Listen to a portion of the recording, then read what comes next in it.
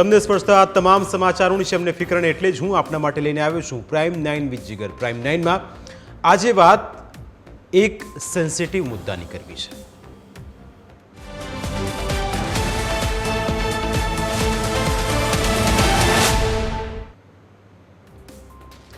ગીર અભયારણ્યની ફરતે eco sensitive zone જાહેર કરવામાં આવતા જ તેનો વિરોધ શરૂ થઈ ગયો છે, જ્યાં ઇકો સેન્સિટિવ ઝોનનો ઉગ્ર વિરોધ કરવામાં આવી રહ્યો છે।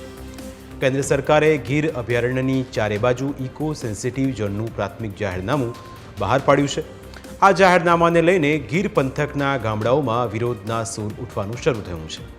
સ્થાનિક લોકોના ઉગ્ર વિરોધને લઈને ફક્ત કોંગ્રેસ અને આમ આદમી પાર્ટી જ નહીં, પરંતુ બીજેપીના હોદ્દેદારોએ પણ રાજ્યના વનમંત્રી અને મુખ્યમંત્રીને પત્રો લખીને ઇકો સેન્સિટિવ ઝોન નાબૂદ કરવા માટેની રજૂઆત કરી છે અને એટલે જ આ મુદ્દે આજે ચર્ચા કરવી છે। આજની આ ચર્ચામાં આપણી સાથે જોડાશે ઇફકોના ચેરમેન દિલીપભાઈ સંઘાણી અને કોંગ્રેસના પૂર્વ ધારાસભ્ય પૂંજા વંશ। આપ બંનેનું સ્વાગત છે। દિલીપભાઈ, સૌથી પહેલો આપને સવાલ કે આપને ગીર અભયારણ્યમાં ઇકો સેન્સિટિવ ઝોન મુદ્દે જાહેરનામું બહાર પાડવામાં આવ્યું છે, એ મુદ્દે સૌથી પહેલા આપનું શું માનવું છે? એક તો ખાસ કરીને વન્ય પ્રાણી એટલે સિંહ અને પર્યાવરણ, આના સંરક્ષણ માટે ઇકો ઝોન વધારવો પડે એમ છે, એવી પ્રાથમિક વાત કરીને એનું જાહેરનામું બહાર પાડ્યું। ઇકો ઝોનના કારણે કંઈ સિંહનું રક્ષણ થઈ જતું નથી અને ન કરે તો કોઈ નુકસાન થઈ જતું નથી। કારણ એવું આપવામાં આવે છે કે સિંહની સંખ્યા વધી ગઈ છે એટલે જગ્યા વધારે જોવે। વન્ય પ્રાણીની વસ્તીના આધારે જ્યાં એ ફરે ત્યાં ઇકો ઝોન લાગુ કરવો જોઈએ। અહીંયા આપણે જોયું છે કે આપણા સચિવાલયમાં પણ વન્ય પ્રાણી કહેવાય દીપડો આવી ચૂકેલો છે, એક વખત નહીં અનેક વખત। રોજ પણ એક વન્ય પ્રાણીમાં ગણાય છે। રોજ પણ અહીંયા મારા ઘર સામે ગાંધીનગરમાં ઘરથી 10 ફૂટ દૂર સુધી આવે છે રોજ। સચિવાલય જતા રસ્તામાં કેટલા એક્સિડન્ટો પણ થયા છે અને સિંહ, દીપડા જેવા વન્ય પ્રાણીઓ અમરેલી જિલ્લાના છેવાડાના ગામ સુધી, અમરેલી શહેરના ભાગોળે, ગઈકાલે જ મારું વાડી અમરેલીથી 10 કિલોમીટર દૂર છે, ત્યાં મારી ગાયનું જ મારણ કર્યું છે। એટલે ત્યાં સુધી સિંહ તો આવી જાય છે, તો એને છૂટા મૂકે તો ગમે ત્યાં જાય ખોરાક માટે। બહાર કેમ નીકળે છે? સિંહ જંગલમાં રહેવા જોઈએ, જંગલમાં રહેતા હતા, એ બહાર કેમ નીકળે છે?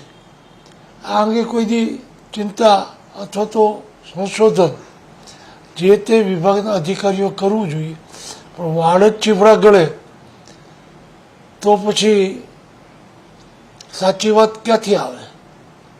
વર્ષોથી કહું એટલે હજારો વર્ષથી જંગલમાં નેસડાઓ હતા। નેસડાઓના જે વર્ગ છે પશુપાલક, એ મોટા ભાગે પશુપાલનનો વ્યવસાય કરતા। જંગલમાં જેનો જન્મ થયો હોય અને જંગલમાં જન્મ થવાના કારણે વન્ય પ્રાણીઓ અને વૃક્ષો સાથેનો ખૂબ નાતો અને પ્રેમ હતો અને છે। ગીર ફોરેસ્ટમાં સુખડના ઝાડ ખૂબ મોટા પ્રમાણમાં હતા। આ જેની જવાબદારી સાચવવાની છે એ જ ચોરી કરાવે અથવા તો કરે અને વેચે, ત્યારે આ ગીરના નેસમાં રહેતા પશુપાલકો એનો વિરોધ કરતા, કારણ કે કોઈ પણ વૃક્ષ તોડે તો પણ વિરોધ કરતા। બિલકુલ દિલીપભાઈ, આપે કહ્યું કે વાડ જ ચીબડા ગળે તો પછી બીજાને શું પૂછવાનું? મારો સવાલ આપને એ છે કે આપનો ઇશારો કોની તરફ છે?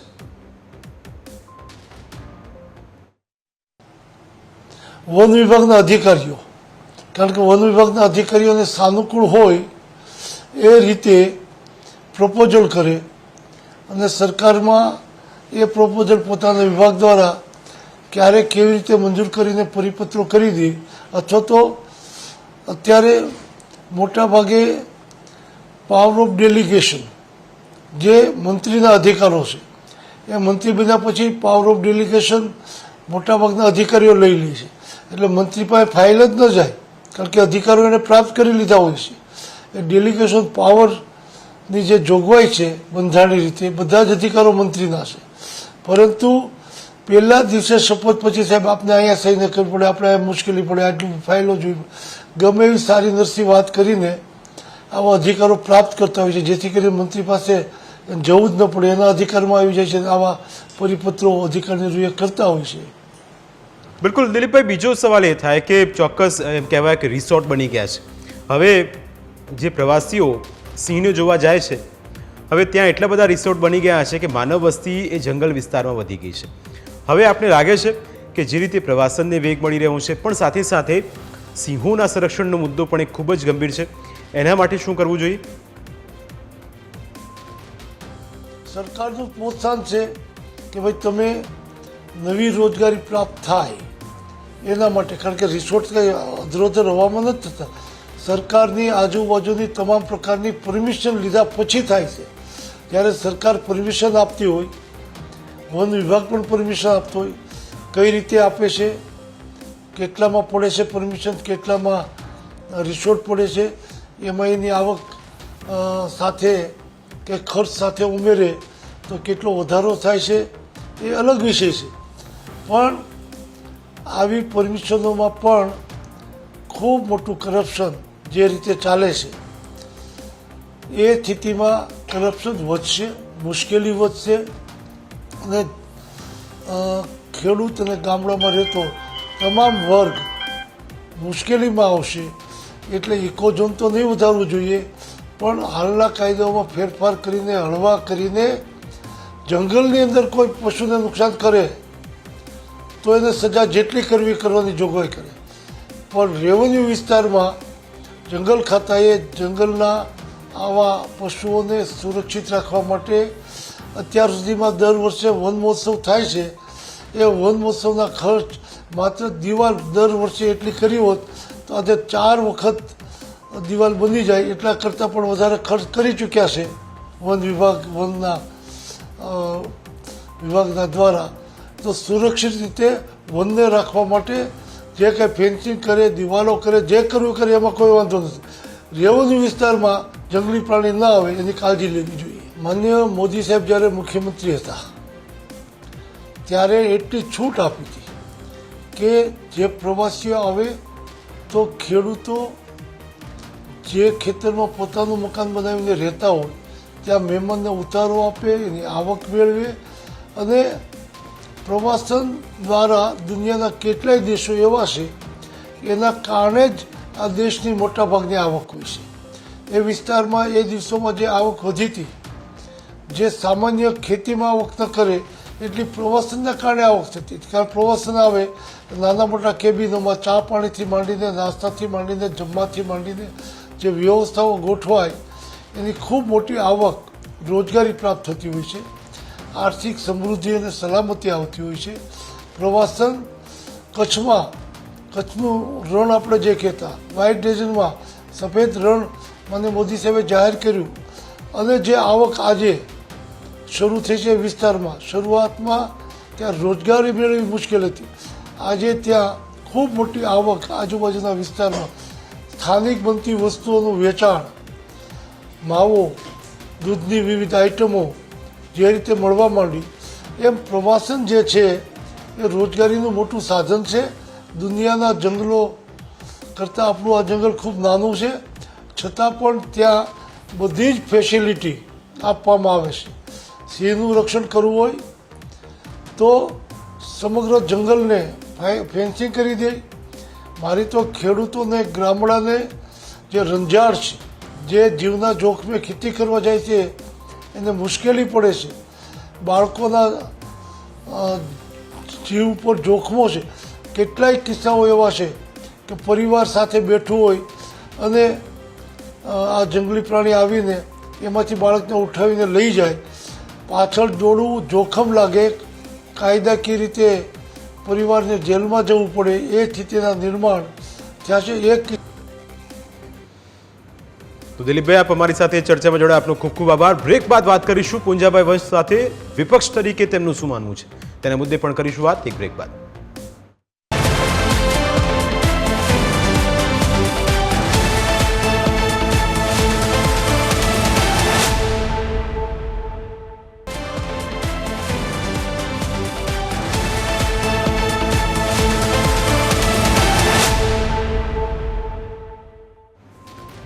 તો ચર્ચા ઇકો સેન્સિટિવ ઝોન મુદ્દે થઈ રહી છે. આજની સાથે ચર્ચામાં હવે પુંજાભાઈ વંશ જોડાશે. પુંજાભાઈ, આપનું સ્વાગત છે.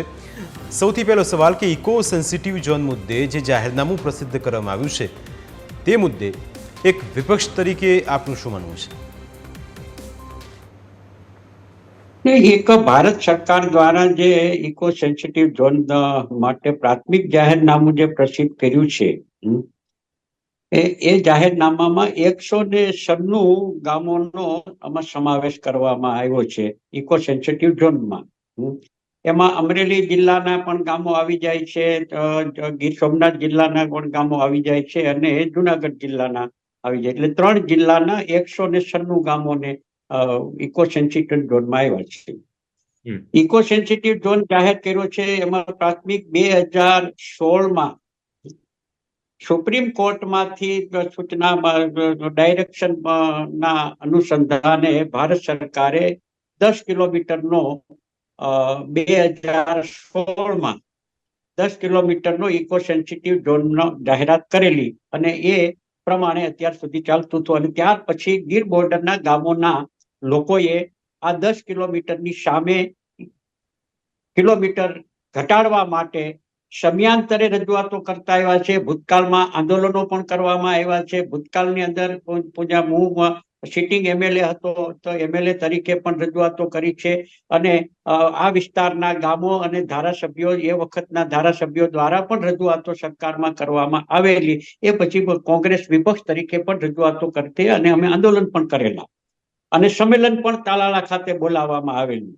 હવે એમાં ખાસ કરીને તો જે સરકારની જે લાગણી જે છે કે સિંહોનું સંરક્ષણ થાય અને સંવર્ધન થાય, તો સિંહોનું સંરક્ષણ અને સંવર્ધન થાય એમાં વાંધો હોઈ શકે નહીં, પરંતુ અત્યારે મોટા ભાગના સિંહો જે છે એ લગભગ ગીર બોર્ડરની બહાર નીકળી ગયા છે, ગીરની બોર્ડરમાં નથી.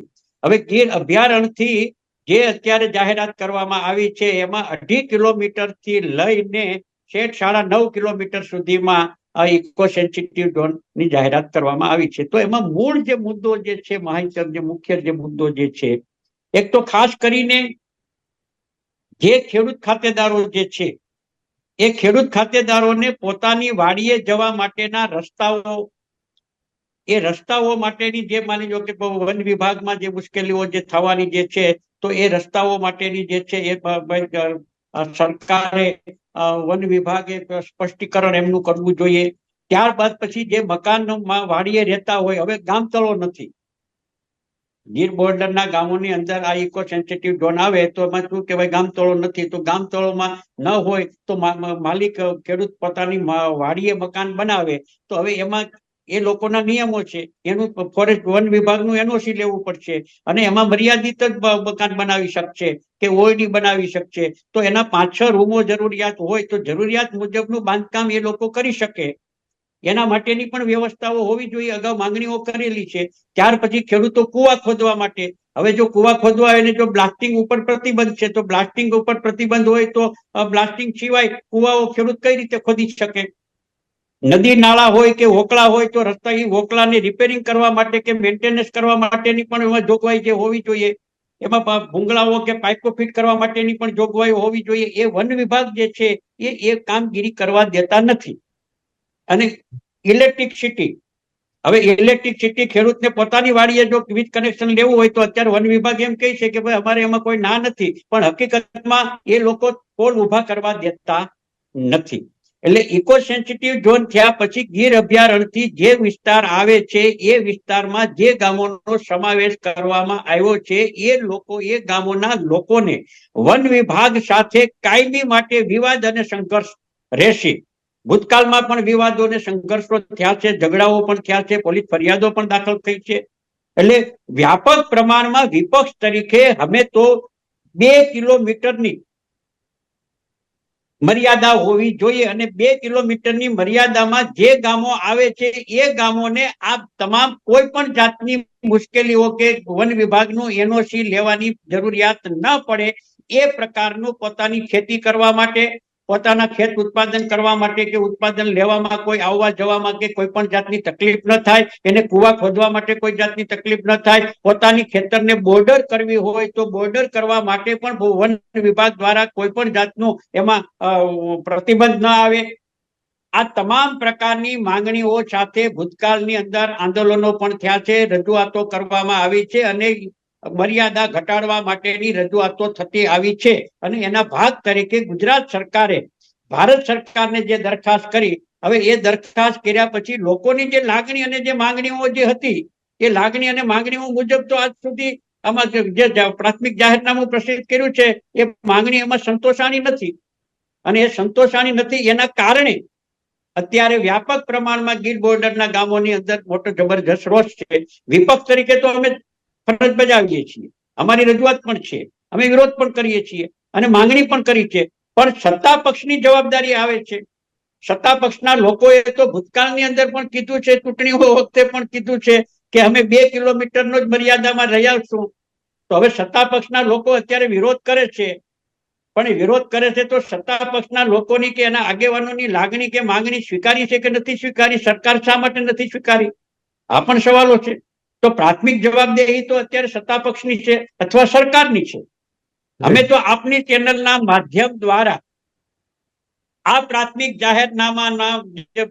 જાહેરનામું પ્રસિદ્ધ કરવામાં આવ્યું છે, તો એ જાહેરનામાની સામે જે લોકોને કાંઈ પણ વાંધા સૂચનો રજૂ કરવાના થાય છે ત્યારે ગીર બોર્ડરના 196 ગામોનો આ ઇકો સેન્સિટિવ ઝોનમાં સમાવેશ કરવામાં આવ્યો છે. તો આપની ચેનલના માધ્યમ દ્વારા તમામ ગામોના આગેવાનોને અને ગ્રામ પંચાયતોને વિનંતી કરું છું, અનુરોધ કરું છું કે જે કાંઈ વાંધા લેવાના થતા હોય એ 60 દિવસમાં વાંધાઓ રજૂ કરવામાં આવે અને એ વાંધાઓ રજૂ કર્યા પછી રાજ્ય સરકાર અને ભારત સરકાર બંને એક જ પક્ષની સરકાર છે. તો રાજ્ય સરકારે ભારત સરકાર પાસે આ વિસ્તારના લોકોની લાગણી અને માંગણી મુજબ નું ઇકો સેન્સિટિવ ઝોનની મર્યાદા નું અમલીકરણ કરે એ પ્રકારનો અનુરોધ હું આપની ચેનલના માધ્યમ દ્વારા રાજ્ય સરકાર અને ભારત સરકારને પણ કરું છું.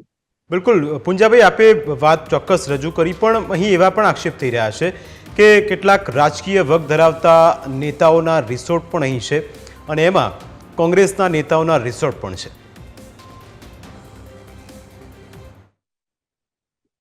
રિસોર્ટ ને ગીર બોર્ડરના રિસોર્ટમાં તો શું કહેવાય, જે લોકો ધંધો કરતા હોય ને વ્યવસાય કરતા હોય તો વ્યવસાયના હોટેલ ઉદ્યોગ સાથે જે લોકો સંકળાયેલા છે એ લોકોના કોંગ્રેસ હોય કે ભાજપના હોય કે અધર્સ કોઈ પણ હોય તો એ લોકોના રિસોર્ટ ને હોટેલો તો છે, પણ એ હોટેલ ને રિસોર્ટો નિયમો મુજબ કોઈ પણ હોય, દાખલા તરીકે નિયમ પ્રમાણે હોય તો એ કાયદેસર હોય તો એ ધંધો કરે અને ગેરકાયદેસર હોય તો એની સામે પગલા લેવા જોઈએ, કોઈ પણ હોય, કોંગ્રેસ હોય કે ભાજપ હોય કે ગમે તે હોય. હવે મોટા ભાગે તો ગીર બોર્ડરના ગામોની અંદર મોટે ભાગે જે છે અત્યારે અમુક પ્રકારમાં ગામોનો સમાવેશ કર્યો, અમુક પ્રકારનો ગામોનો સમાવેશ નથી કર્યો, અથવા ક્યાંક ઈરાદાપૂર્વક માની લો કે એ લોકોએ કર્યું છે. આવા આક્ષેપો અને પ્રતિ આક્ષેપો થાય છે તો એ જે આક્ષેપો કરવામાં આવે છે તો એ આક્ષેપોની ઊંડાણપૂર્વક તપાસ કરવી જોઈએ અને તપાસને અંતે જો સત્ય હોય તો એ આગળની કાર્યવાહી કરવી જોઈએ. મૂળ વાત જે છે સિંહો નું મેં અગાઉ કીધું એ પ્રમાણે સંવર્ધન અને સંરક્ષણ. સિંહો અને અમારે ગીર બોર્ડરના ગામોમાં અમે એક સિક્કાની 2 બાજુ હોય છે, એ 2 બાજુ છે. એમાં સિંહોની જાળવણી કરવી, રાખવી એ નૈતિક જવાબદારી છે, ફરજ છે અને ગીર બોર્ડરના ગામોના લોકો સિંહની જાળવણી સારી રીતે થાય એ પ્રકારનું અત્યાર સુધી અમલીકરણ પણ કરતા આવ્યા છે અને સંપૂર્ણપણે સાથ અને સહકાર આપતા આવ્યા છે. પણ છેલ્લા વર્ષોમાં એ થયું છે કે જંગલની અંદર ભૂતકાળમાં માલધારીઓ હતા, આજે મોટા ભાગના માલધારીઓ જે છે એ બહાર છે, અમુક જ લોકો માલધારીઓ રહ્યા છે. ભૂતકાળની અંદર સિંહોને પોતાના ખોરાક જે છે એ જંગલમાં ને જંગલમાં મળી રહેતો હતો. છેલ્લા વર્ષોની અંદર જંગલની અંદર પોતાને ખોરાક ન મળવાને કારણે જે ગીર અભયારણ્ય જે છે, સેન્ચ્યુરી છે, એ સેન્ચ્યુરીમાંથી સિંહો અત્યારે બહાર નીકળી ગયા છે.